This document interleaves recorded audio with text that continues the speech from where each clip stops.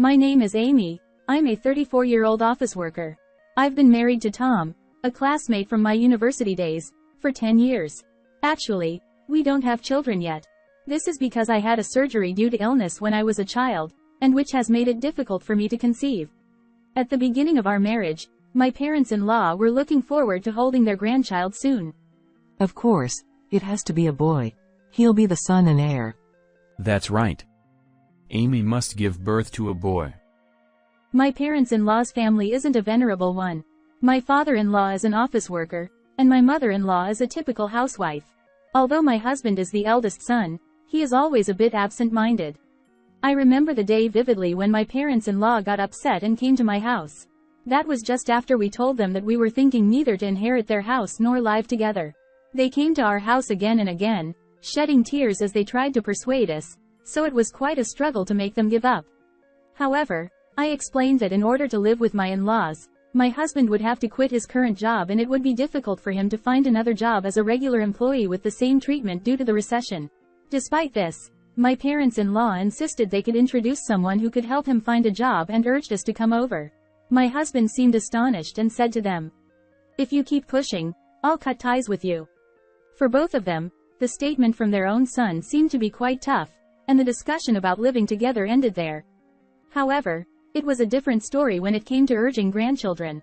After years passed without having children, my mother-in-law finally reached her breaking point and began persistently contacting us. When will we ever get to hold a grandchild? We aren't getting any younger, you know. It's about time you start thinking about the future. I'm sorry, but there's nothing we can do about it. Even though I was asked, "When will you have a child?" I was the one who wanted to know the most. While our friends who got married after us were getting pregnant one after another, why couldn't we have a baby? Was it because of our unhealthy diet, or lack of exercise? Though I looked back on my habit, the reason was unclear. Recently, my husband and I went together for a consultation at a fertility clinic, but no specific cause was found. If there had been a cause, there might have been a chance of pregnancy through treatment. However, the doctor also looked at the test results and was puzzled. There doesn't seem to be any major health issue that specifically hinders pregnancy. It might just be a matter of timing. Why don't you wait and see how it goes for a while? Even if the doctor said so, I'm already 34. The older I get, the more difficult it is to be pregnant. When I told that, the doctor suggested an advanced treatment. However, that treatment costs a couple $100,000 per session. Whether to undergo the treatment or not eventually became a discussion with my husband. Every night as I got into bed, I've started researching about the treatment, and it often led to sleepless nights. We decided to take our time and consider whether it's really better to undergo the treatment or to continue our lives with just the two of us. However, it's not just my mother-in-law who didn't allow it. My sister-in-law, Nancy, often teamed up with my mother-in-law to speak ill of me. On that day, when I finished work early and was about to go shopping, suddenly my phone rang. It was from my sister-in-law, Nancy. "Hello? I heard from my mom. You're having trouble having a baby, aren't you?" "Yes, that's right." "Hey, Tom is the heir to this house. Don't you understand how serious it is if you don't have a boy? How long are you two going to fool around? You have to start thinking seriously about the future." "We're not fooling around. We're seriously considering it ourselves. Please don't pressure us like this." I couldn't understand why I had to be told such things. What's even more unforgivable is that all these phone calls and remarks were made when my husband wasn't around. That's why my husband had no idea he's being subjected to such heartless words from both of them. Since they kept calling repeatedly despite being at work, I told her not to call me during the day unless it was an emergency. As soon as she heard these words, my mother-in-law erupted in anger. What are you saying? Not having an heir is an emergency. It's because you're always working so much that you can't conceive. She yelled so loudly that people around us could hear, and they started looking at me with disapproval. That's enough. Anyway, I'm going to hang up. Feeling uneasy, I hurriedly ended the call, but it was already too late. Can I have a moment? I was suddenly called by my boss and we had a discussion in the conference room. Lately, you have been getting a lot of calls during work hours. Isn't it inappropriate for everyone to keep answering personal calls while on duty? I'm terribly sorry. I'll make sure to explain to my mother-in-law about this. If it's an emergency, it can't be helped. But it doesn't seem like that's the case. Right? If it continues, I'll have to report it to the president. Being cautioned by my boss and looked at disapprovingly by those around me, I felt mentally exhausted. Even my colleagues with whom I had been close seemed distant, and I found myself eating lunch alone more often. Despite working diligently, I couldn't understand how things had come to this. Before I knew it, I had lost 11 pounds in weight. I had a poor complexion due to the inability to eat, and I had been feeling unwell for a while. Even the colleagues who had been distant before seemed to realize the severity of the situation and suggested taking a break from work. However, I was in no condition to even listen to their advice properly. After I got home, I sat alone in the dark room, shedding tears without even turning on the lights. My husband found me when he got home in such a state, hurried to my side. What's wrong? What happened? He dropped his bag and rushed over to me. Upon seeing his face, I felt reassured and suddenly burst into tears. I continued crying until my voice became hoarse, and throughout, my husband was gently patting my back. After I calmed down from crying, I told my husband everything that had happened. I explained how my mother-in-law repeatedly called me during work, urging me to have a child, and how my sister-in-law would join in, pressuring me to have a successor.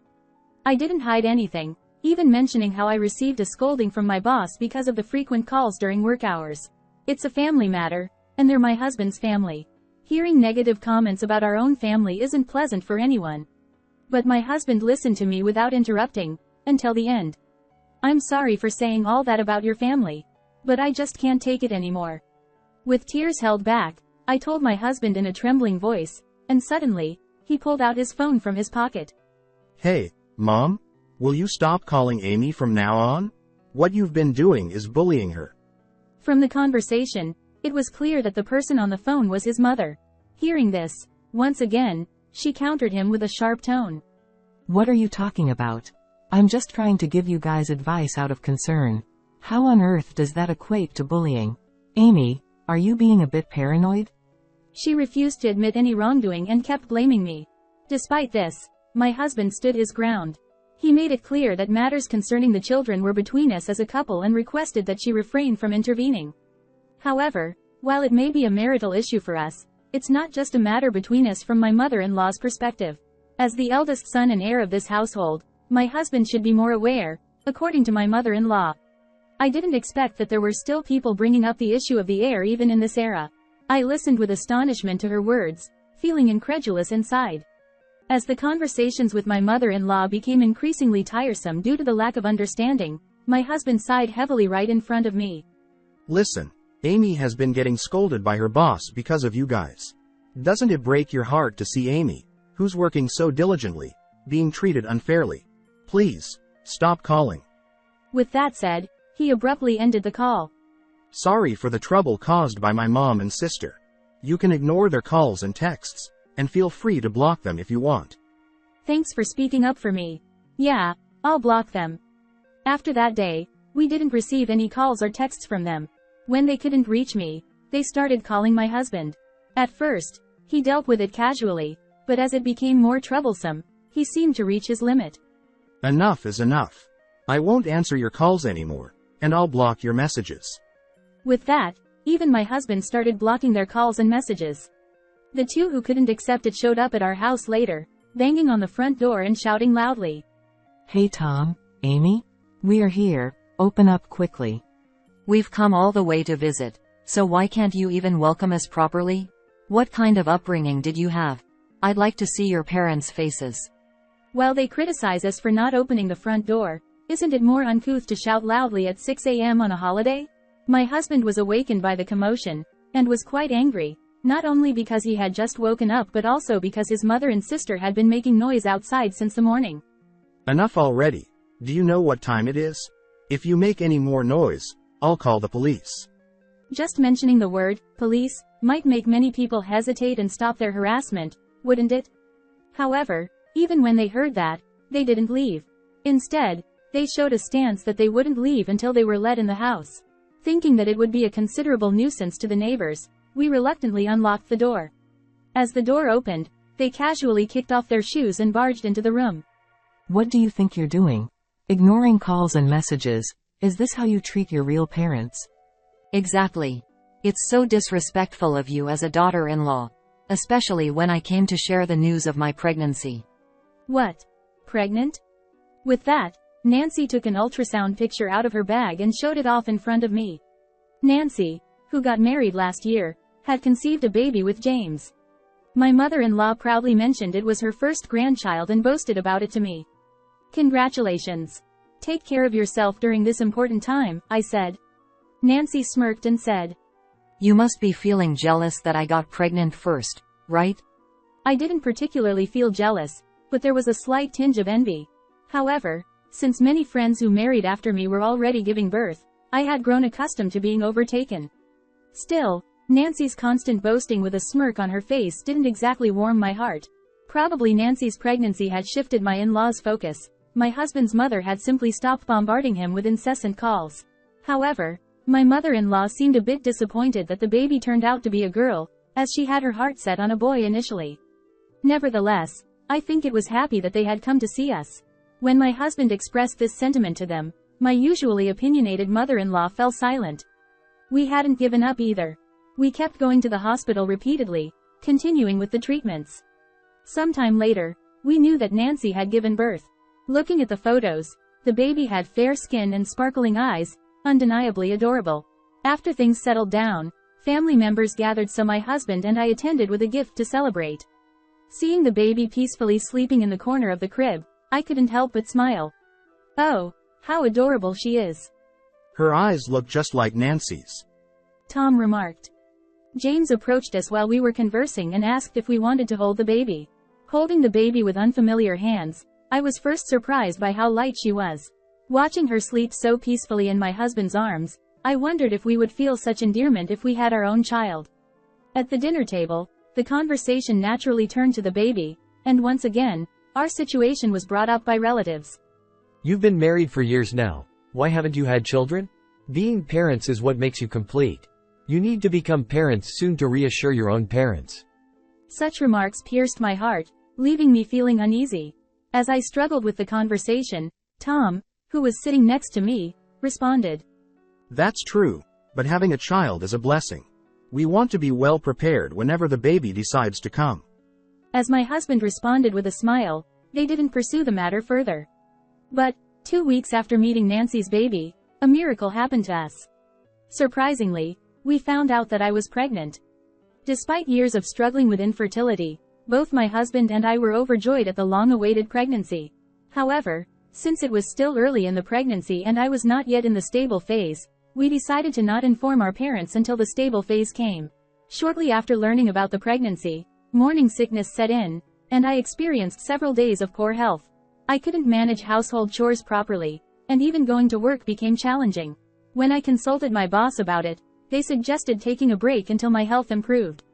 Considering my long history of treatment, those around me refrained from urging me to go to work. Grateful for their consideration, I decided to take a break until my health improved.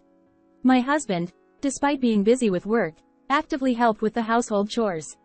Are you okay, Amy? I got something light that you might be able to eat. Do you think you can eat it? Thank you. I can't believe how nauseous I feel. It's tough. I'll do my best to make you feel more comfortable. Thank you. My husband was very kind, taking care of me and actively assisting with household chores despite being busy with his own work. He did everything without complaint, allowing me to rest assured and relax during this difficult time. 4 months into the pregnancy. The baby was growing well, and my belly had started to swell slightly. Just when I was about to inform my parents, my mother-in-law and sister-in-law caused a huge incident. It happened when my husband and I were visiting our hometown together. Since my parents' house was in another prefecture, we drove for 2 hours one way. Dad, Mom, I have a baby in my belly now. It's the long-awaited pregnancy I've been waiting for. When my parents learned about my pregnancy, they were overjoyed. Especially my mother, who knew how much I had struggled, shed tears of joy. Although she hadn't mentioned it, I'm sure my mother had been eagerly awaiting a grandchild. Congratulations. Take care of yourself during this crucial time. Thank you. We plan to visit again when it's time for giving birth. We stayed overnight and returned home the next morning. When I tried to unlock the front door, our nosy neighbor, Mr. Ollivander, from down the street, showed up. He wasn't a bad person, But once he got involved, he tended to stick around, making him a bit of a hassle. As I looked at his face, he seemed troubled about something. Can I have a word? Sure, what is it? From your house, the crying of a baby was quite loud yesterday. Are you taking care of it properly? Huh? A baby? What are you talking about, Mr. Ollivander? My baby is still in my belly. The baby hasn't been born yet. Huh? But it was really loud yesterday, and Mrs. Sean and I were worried. It seemed to be coming from inside your house. Not understanding what he meant, I decided to open the house and check the rooms. There was no baby born yet in our house, so it must have been a misunderstanding on Mr. Ollivander's part. Hey Amy, it's urgent. Come over here. What's wrong? Wait, what is this? In the middle of the living room, there was a baby lying on a futon. The baby looked unwell, with a full diaper emitting a foul smell. Wait, isn't this Nancy's baby? I recognized the baby. It was the girl born to Nancy. But why was she sleeping here? There were many questions, but at the moment, we needed to call an ambulance and the police. My husband and I made calls, and within about 10 minutes, both the ambulance and the police arrived. The baby was quickly taken away by the ambulance, and during that time, my husband and I were asked by the police. Mr. Ollivander, who claimed to have heard the crying yesterday, also participated in the police inquiry. Was it around 2 p.m. yesterday? I saw 2 women entering this house. One of them was carrying a baby, so I assumed it was yours. The crying was quite loud, echoing outside. We left for my parents' house yesterday around 10 a.m. Besides, as you saw, our baby hasn't been born yet. Those 2 women were probably my mother-in-law and sister-in-law. To be sure, we tried calling my mother-in-law and sister-in-law, but couldn't reach them. So, my husband called Nancy's husband. Unexpectedly, we got shocking news. Nancy and my mother-in-law were apparently on a trip to South Korea together. Nancy mentioned that our daughter was supposed to be with you, Amy. That's why I didn't make any confirmation calls. I never imagined this would happen. They probably assumed we'd be back that day, so she left the baby. They never expected us not to return during the day. I quickly told him the hospital information and he said he would head there immediately. After explaining the situation to the police, they said they would ask my mother-in-law and her daughter upon their return and left my house. After the police left, anger began to well up inside naturally. I couldn't forgive leaving their child alone in such a room just because they wanted to have fun. My husband and I headed to the hospital where the baby was transported. The doctor informed us that while the baby was weak, there were no life-threatening issues, and she could likely go home in 2 to 3 days. Oh, thank goodness. I was so worried about what might have happened. Amy, Tom, I'm truly sorry for what happened. Nancy's actions led to a terrible incident. No, we're just relieved that nothing serious happened. However, there are still lingering mysteries. One of them is how they managed to break into our home. Neither my husband nor I have given out spare keys to anyone. How could they have possibly gained access? Regardless, we need to change the locks as soon as possible. I'll contact a locksmith to come over. Yeah, let's do that. But, will only changing the locks truly solve the problem? As long as they know where our house is, they might come back again. Fortunately, the house was company-owned, and we've been considering buying our own home when we have kids. I should discuss it with my husband and we should consider moving to a different location until the house is ready. Sometime later, I received a call from James. He informed me that upon their return to Japan, they were immediately taken into police custody for questioning. Apparently, they had assumed that I would take care of her baby, so they left at home. They never expected that we weren't supposed to come back. They were taken in by the police on suspicion of child abandonment. However, they seemed unwilling to accept responsibility. I'm not guilty. Amy is the one at fault. She didn't take care of her in my place. I'm innocent. Exactly. We never thought they would leave the house unattended. They didn't inform us beforehand. They are at fault too. They persisted in blaming me for not taking care of the baby, insisting they had done nothing wrong. Even the police officers conducting the inquiry were astonished by their selfish opinions. As for how they managed to enter my house, it turned out that during a previous visit, my mother-in-law found a key in the entrance. Then, she secretly took it and had a copy made without my knowledge. Assuming I had simply misplaced the key, I hurriedly had a spare made. I never imagined they would secretly duplicate the key. In addition to child abandonment, they were arrested for unlawful entry into the residence. Later, my father-in-law and James came to our place to apologize for what they had done. However, as long as we stayed here, there was no doubt they would come back again. You can't live here with peace of mind as it is. Yeah, maybe it's best to move out as a result of this. With that in mind, we decided to move.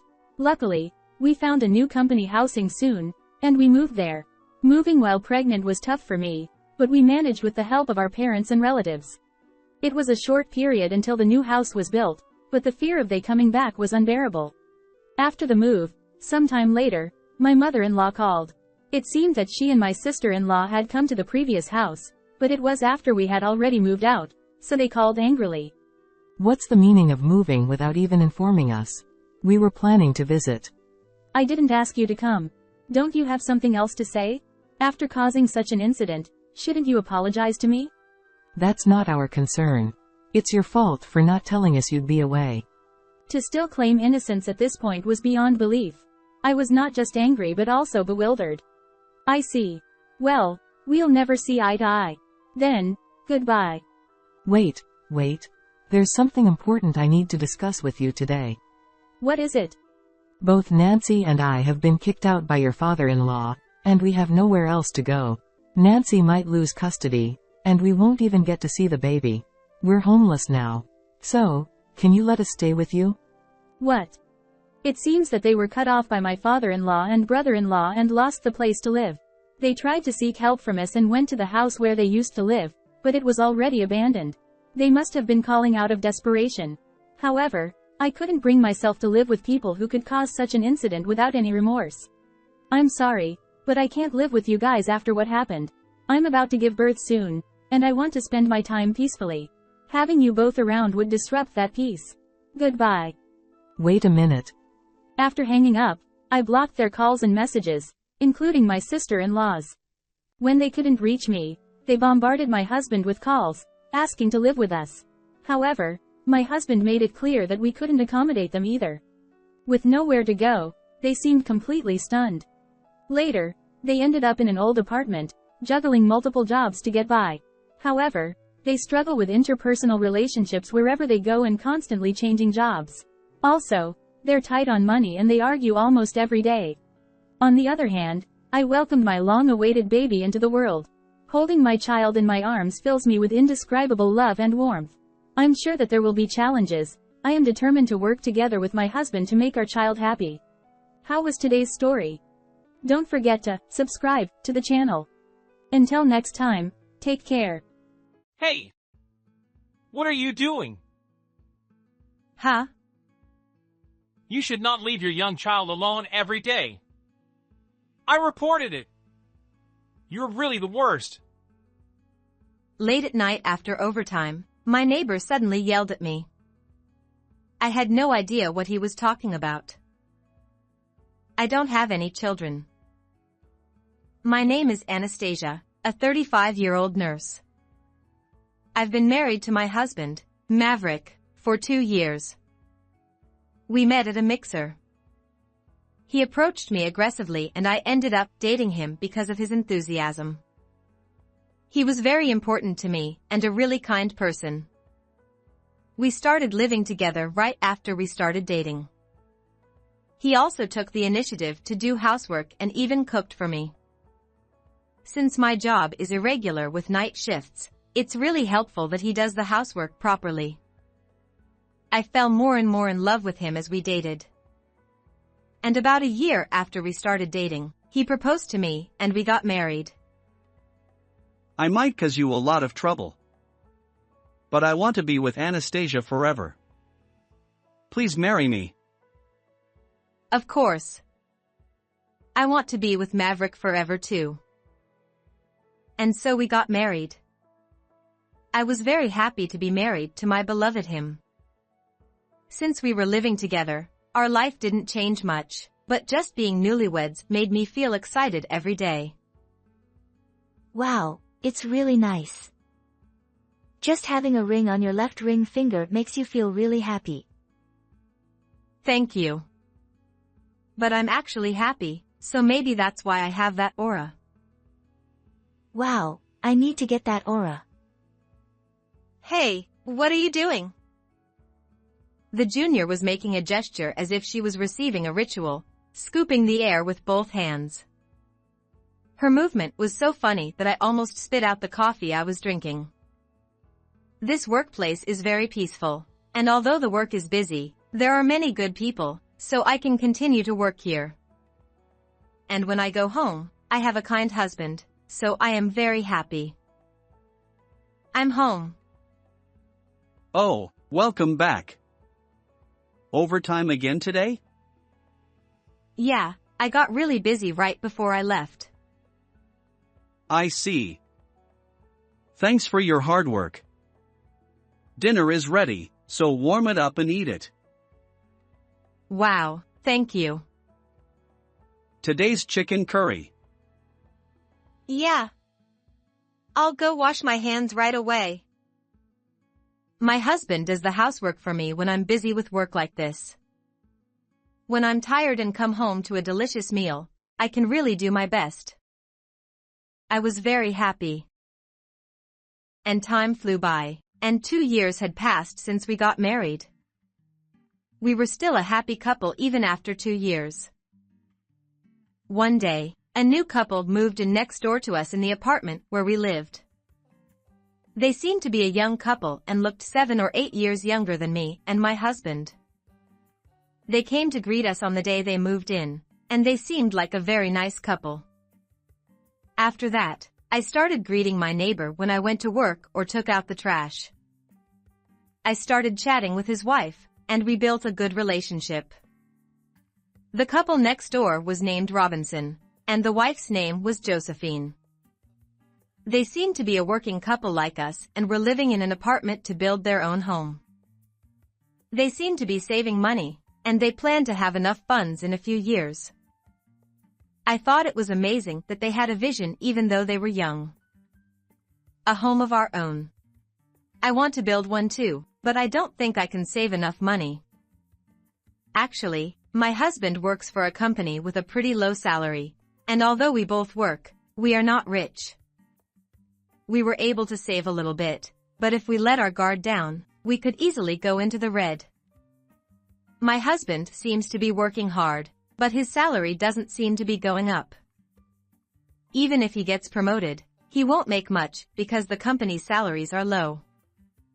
But he doesn't plan to quit because the people he works with are good people. Well, I can understand that feeling. I can continue to work because the people I work with are kind. And now that I'm earning a lot, and my husband is doing his best with the housework, I have no complaints. I want to continue to live happily with my husband from now on. But in the midst of all this, something unexpected happened.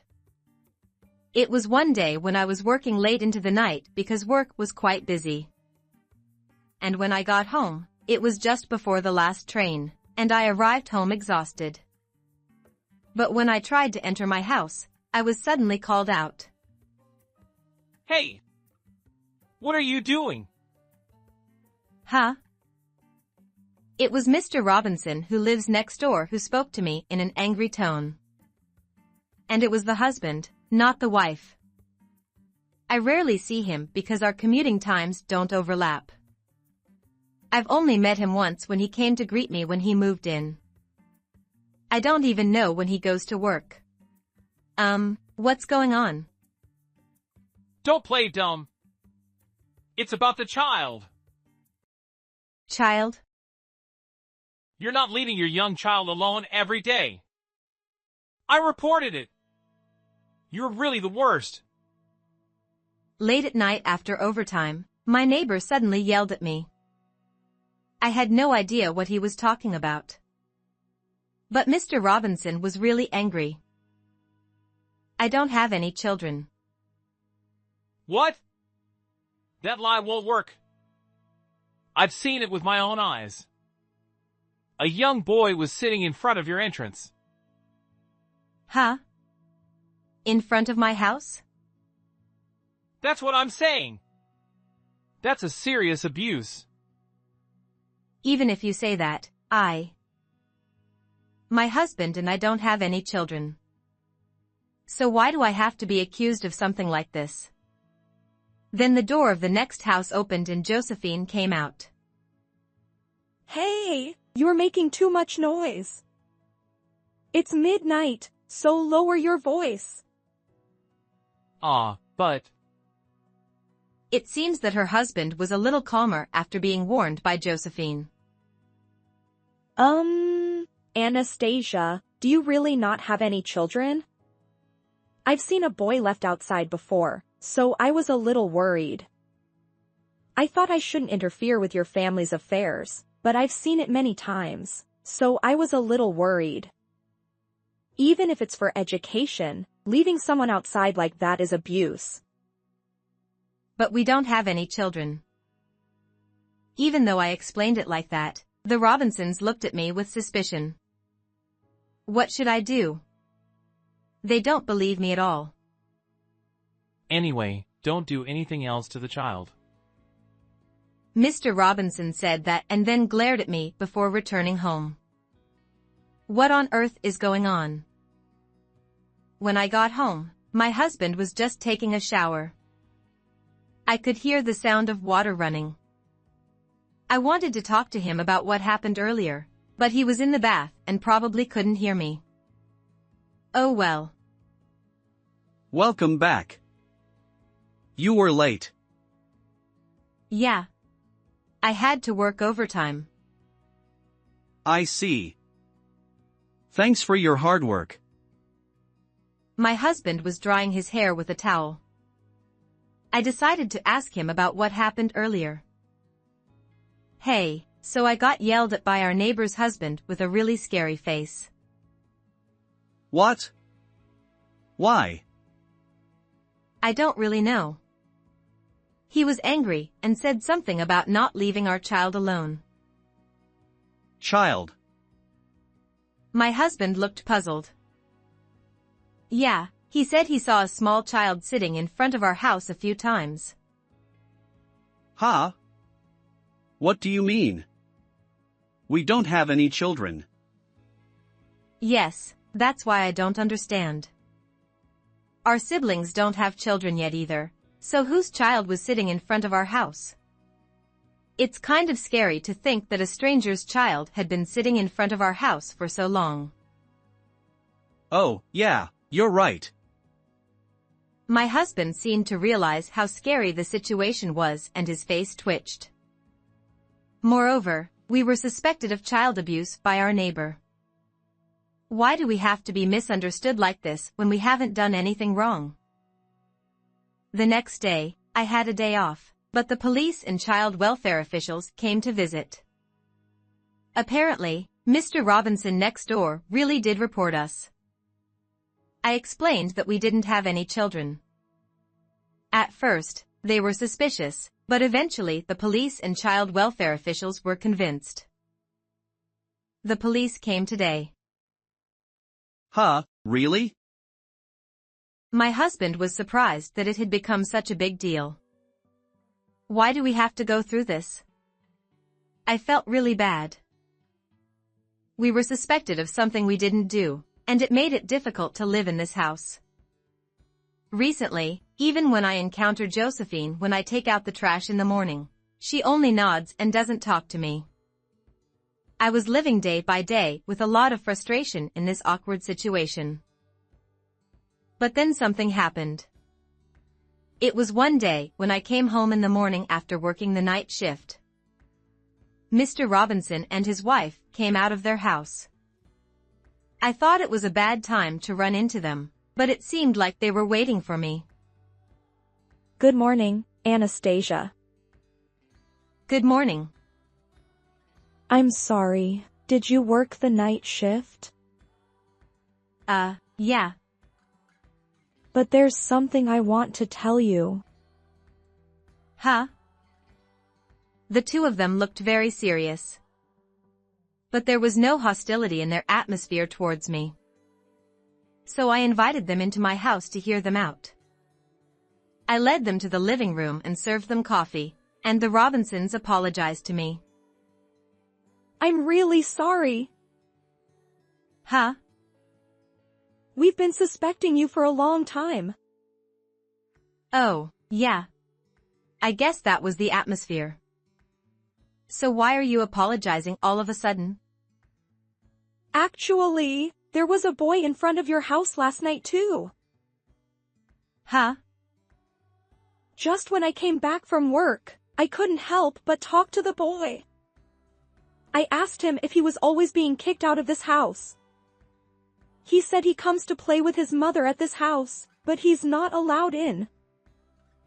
Huh? What do you mean? I didn't understand what he meant at first either. So I asked him if he lived with his mother and father in this house. Then he shook his head and said that he and his mother live in a different house. That's when I finally understood what he meant. So. Josephine tried to avoid direct expression. But I already understood what she wanted to say. So, my husband is having an affair with a woman with a child and bringing him here, right? When I said that, Josephine nodded awkwardly. I'm really sorry for saying such terrible things. I was just being half-hearted about justice and I ended up insulting you. Her husband apologized again. Don't worry about it. I was a little surprised that the police were called, though. I'm really sorry. The Robinsons kept apologizing. But my attention had already shifted to my husband's affair. I'm sorry for causing trouble with my husband's selfish actions. I still can't believe it, but if the boy said so, it must be true. I have a request for you, Josephine. Is that okay? I came up with a certain strategy. It was to tell my husband a fake work schedule and rush in on him when he's with his mistress. I had my night shift reduced for the following month's work schedule. Then I told my husband that I had a night shift on a certain weekend. That day was actually a day off, and I was waiting at the Robinsons' house. In the afternoon, I went out and killed time at a cafe, and in the evening, when Josephine returned from work, I went to the Robinsons' house.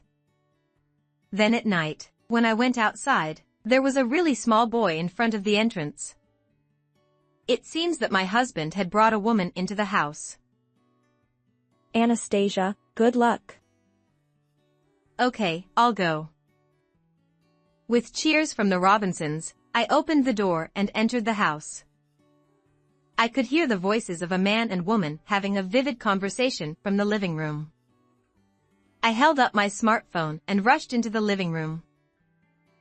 What are you guys doing? Oh my God! Aw. Why is Anastasia here? Why do you think so? Why are you fooling around with a strange woman naked? This is... The child outside is that woman's child, right? When I told you that I was warned by the neighbor, you lied. Didn't you hear the conversation with the neighbor at that time? You must have known the content because it was a very loud voice. So you took a shower to pretend you didn't hear it? When you were listening to my story, you were acting because you knew the content. My husband was struck at the heart of the matter. He remained silent and hung his head. I can't believe it. Not only did you betray me and have an affair, but you also left a small child outside. Well, what else could I do? I couldn't do it if there was a child. I'm disgusted. You guys are worse than monkeys in heat. When I said that, the mistress glared at me. Shut up. It's the one who's being cheated on that's at fault. By the way, that child is Maverick's child. Huh? I got pregnant after you decided to get married. Well, I wasn't interested in getting married yet, and I was okay with it because I was getting child support. Child support? Oh, didn't you know? Maverick acknowledges that child, so he pays child support to me properly. At that moment, everything made sense to me. You didn't have a low salary. You had less money left over because you were paying child support. My husband looked awkward. Really, you're the worst. I worked so hard for our married life. I'm sorry. But I care about our married life too. What? How much more are you going to make fun of me? We're getting a divorce. Wait a minute. I don't want to get divorced. Enough already. But you're not home a lot because of your night shifts and stuff, so you're responsible too. Don't blame me. You brought the woman home conveniently. And can you say that in front of your mother? Huh? Then the doorbell rang. And I let the person who came in the house. My parents-in-law. I had called them when I found out that my husband had brought his mistress home. Maverick! What are you doing? Mom and Dad? Why are you here? We received a call. You're doing something that betrays Anastasia. You're a disgrace. My husband was frightened by his parents' angry voices. The mistress was also trembling. Anastasia, I'm sorry for my stupid son. I'll make sure he gets a divorce and pays you compensation. I'm really sorry. Wait a minute, Mom and Dad, what are you doing? Shut up. You're going home with us to your parents' house right now. Don't embarrass Anastasia anymore in front of her. Saying that, my parents-in-law forcibly pulled my husband away. And at the same time, child welfare and the police arrived. This is the woman. She left a small boy outside several times. It seems that the Robinsons had reported the mistress to the police and were pointing her out to the police when they arrived. What's going on? Why do the police need me? The mistress was taken to the police station. Seeing the mistress with a pale face, I felt a little relieved. With the help of my parents-in-law, I was able to divorce my husband without any problems. I also claimed compensation from my ex-husband and his mistress. It seems that the two had a relationship since the time when my ex-husband and I were dating, and they had met many times as friends in such relationships even after we got married. I was shocked that I had married such a terrible man. But I was glad that I was able to break up with him before I got pregnant. If the father was such a terrible man, the child who was born would have been pitiful. The boy who was sitting in front of my house was said to have been taken in by my parents-in-law and raised. The mistress will never be able to see the child again, and my ex-husband will not be able to return home because my parents-in-law have cut ties with him. It seems that my ex-husband's actions were discovered at work, and he was demoted with a pay cut. Since the president was a family man, my ex-husband's actions were definitely out of line. Since he had to pay child support and compensation in a low-paying job, my ex-husband was in a situation where he had to live a poor life. Of course, I decided to move. I didn't want to live in an apartment that had become a scene of adultery. Now I live alone in an apartment for singles and enjoy a comfortable life. I still have a good relationship with the Robinsons, and 2 years later, they built their own home and invited me to their house. Then they invited me to home parties, and I started dating a man I met there. He is Josephine's husband's boss, the same age as me, and we get along very well. He is said to be highly trusted by his subordinates, and he is a very kind and wonderful person.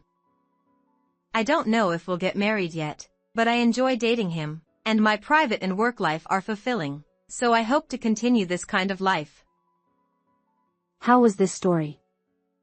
Please subscribe to the channel. See you in the next video.